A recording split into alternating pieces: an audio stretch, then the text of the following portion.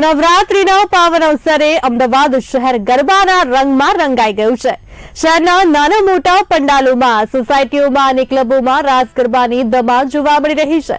યુવાનોમાં ઉત્સાહ, રંગબેરંગી પરિધાન, ઝગમગતી લાઇટ્સ અને ડીજેના તાલે થનગનતા પગલા અમદાવાદમાં ગરબાની રાતોને યાદગાર બનાવી રહ્યું છે। અમદાવાદના સોલા વિસ્તારમાં આવેલા કર્ણાવતી બીટ્સમાં પણ કંઈક આવો જ માહોલ જોવા મળી રહ્યો છે। કર્ણાવતી બીટ્સમાં ઓમ ભાવસાર દ્વારા સુંદર આયોજન કરાયું છે। માતાજીની આરાધના બાદ સૌ કોઈ ગરબાના તાલ સાથે ઝૂમી રહ્યા છે। પરંપરા અને આધુનિકતાનું મિશ્રણ, જ્યાં એક તરફ લોકગીતો પર રાસ રમાઈ રહી છે, ત્યાં બીજી તરફ ફ્યુઝન સંગીત પર પણ ગરબા થનગનતો જોવા મળે છે। ઘાઘરા, ચોળી અને કેડિયું, ધોતિયાની સાથે ટ્રેન્ડી ડ્રેસીસમાં યુવાધન ગરબાની રમઝટ બોલાવી રહ્યા છે। કર્ણાવતી બીટ્સમાં ખેલૈયાઓ મન મૂકીને ઝૂમી રહ્યા છે। વધારે મજા આવે છે। મંડલી ગરબાનું પણ આયોજન થયું છે, એટલે એ જે લેવલ છે, વાઇબ છે, બધું એકદમ અલગ છે। અહીંનું ડેકોરેશન જુઓ, અહીંનો ઓર્કેસ્ટ્રા, સિંગર્સ, મેનેજમેન્ટ બધું બહુ જ સરસ છે। બસ એ જ કહેવા માંગીશું કે અત્યારની જનરેશન જે રીતે ગરબાને લઈ રહી છે કે ઓર્કેસ્ટ્રા, ડીજે, હિન્દી ગીતો, બોલિવૂડના સોંગ્સ પર ગરબા રમે છે, એવું ના કરવું જોઈએ। આપણે જે ટિપિકલ મંડલી સ્ટાઇલ છે, જે શેરી ગરબા છે, એને જીવંત રાખીએ, આપણે પણ શીખીએ, આપણી આગળની પેઢીને પણ શીખવાડીએ। એમ કે તમે ચણિયાચોળી પહેરો છો તો તમે દુપટ્ટો કે પછી કંઈ પણ એવી રીતની વસ્તુ રાખો કે જે થોડુંક પ્રોપર લાગે, પ્રોપર વેમાં તમે ગરબા રમો છો, માતાજીને અનુસંધાનમાં રાખીને તમે માતાજીની આરાધના કરીને ગરબા રમો છો, તો તમારો પહેરવેશ પણ એ રીતનો હોવો જોઈએ અમારા મતે। બાકી અત્યારની જનરેશનને તો છૂટ છે બધી રીતે, બટ તો બી એમ કે આ વખતે જે રીતનો અમે ટ્રેન્ડ જોઈએ છે એ એકદમ અલગ જ છે કે તમે કોઈ ડીજેમાં કે એવી રીતે નથી, તો તમે માતાજીના ગરબા રમવા આવો છો તો એવી રીતે આવો। નવા અનુભવમાં એવી વસ્તુ, ગઈ વસ્તુ અમે ખાલી ઓર્કેસ્ટ્રા ઉપર હતું અને આ વખતે ઓર્કેસ્ટ્રા પ્લસ મંડલી ગરબા બંને પણ સાથે સામેલ કર્યો છે અમે। અને જે પણ છોકરીઓના જે પણ કપડાના વેશ જે હોય છે એ એકચ્યુઅલી ગરબા માતાજીના હોય છે, તો માતાજીના રૂપ રીતે કપડાં પહેરવા જોઈએ ખાસ તો। અને એમને પોતાનું જે પહેરવેશ છે એ એકદમ કમ્પલસરી ઢકેલો હોવો જોઈએ। સૌથી પહેલાં તો કર્ણાવતી બીટ્સ તરફથી બધાનું સ્વાગત કરું છું। આજે છઠ્ઠું નોરતું એટલે મા કાત્યાયનો દિવસ। તેઓ શક્તિ અને વિજયનું પ્રતીક છે અને એમનો પ્રિય રંગ કેસરી છે। જેમ કે તમે જોઈ શકો છો, માતાજીનો શણગાર બી અમે એ રીતે કર્યો છે અને અમે લોકો પોતે પણ ઓર્ગેનાઇઝરો એવો ટ્રાય કરે છે કે માતાજીને રોજ મેચિંગ જ જે દિવસે જે માતાજીનો પ્રિય કલર હોય, અમે એ રીતે જ બધા ડ્રેસ કોડ રાખીને આવીએ છીએ। અને તમે જુઓ તે બાજુ આખું જે ઝાડ છે એ બાજુ બી અમે એવી રીતે જ ડેકોરેશન કર્યું છે કે જ્યાં આખું નાળાછડી વીંટીને જે ઉપર જે શણગાર કર્યો છે ત્યાં માતાજીના સાક્ષાત દર્શન થાય છે।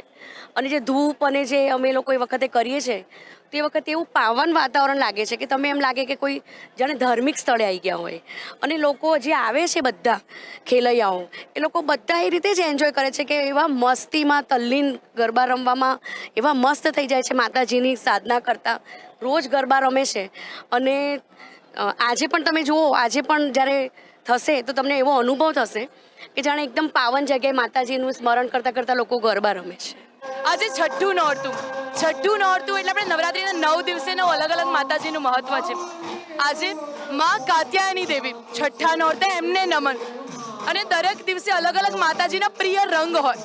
અહીંયા આગળ અમારા મંદિરે માતાજીના જે દિવસે જે માતાજીનું આપણે આવાહન કરતા હોઈએ, જેમની ભક્તિ કરતા હોય, એમને જો પ્રિય રંગ હોય એ પ્રિય રંગની સાડી પહેરાવવામાં આવે છે। અહીંયા આગળ ગરબા માની આરાધનાની સાથે કરવામાં આવે છે। અમે સૌ અહીંયા આવીએ, પહેલાં આરતી કરીએ, પછી ગરબાની રમઝટ બોલાવીએ। રોજ 9 દિવસ, એકચ્યુઅલી 11 દિવસથી નવરાત્રિ છે, તો 11 દિવસ અલગ અલગ આર્ટિસ્ટ છે અને 12 વાગ્યા પછી મંડલી નવરાત્રિ હોય છે। હવે મંડલી નવરાત્રિ અમે માને કેન્દ્ર સ્થાને રાખીને કરીએ છીએ। માને કેન્દ્ર સ્થાને તમે વચ્ચે જોઈ શકો છો, ત્યાં વચ્ચે ઝાડ છે, ત્યાં માને કેન્દ્ર સ્થાને રાખીએ છીએ। ગરબો છે માનો અને એની આસપાસ ગોળ ત્રિજ્યામાં અમે સૌ ગરબા કરીએ છીએ। એટલે જાણે એનર્જી જે હોય ને એ એક જ ફ્લોમાં વહે છે જ્યારે આપણે માને કેન્દ્ર સ્થાને રાખીએ અને પછી ગરબા કરીએ। તો એવા ગરબા કર્ણાવતી બીટ્સમાં થાય છે। એ ભારત માટે એક યુવાધન જ કહેવાય, કેમ કે માતાજી એક શક્તિ સ્વરૂપે છે અને હરેક વ્યક્તિના શરીરમાં શક્તિ સંચાર થઈ રહી જ છે। મહાકાલી, મહાલક્ષ્મી અને મહાસરસ્વતી આ 3 સ્વરૂપે માતાજી શરીરમાં જ બિરાજમાન છે. સત્વ, રજ અને તમ આ 3 પ્રકારના ગુણ રહેલા છે. શરીરની અંદર 3 પ્રકારનું લોહી દોડે જ છે. તો એ 3 પ્રકારનું લોહી એ બીજું કંઈ જ નહીં, એ જ શક્તિ છે અને એ જ આપણા શરીરની ઇન્દ્રિયોને, આપણા બોડીને હેલ્પ કરી રહ્યું છે. આજ સામાન્ય રીતે જોઈએ ને તો અંધારામાં કશું દેખાતું નથી.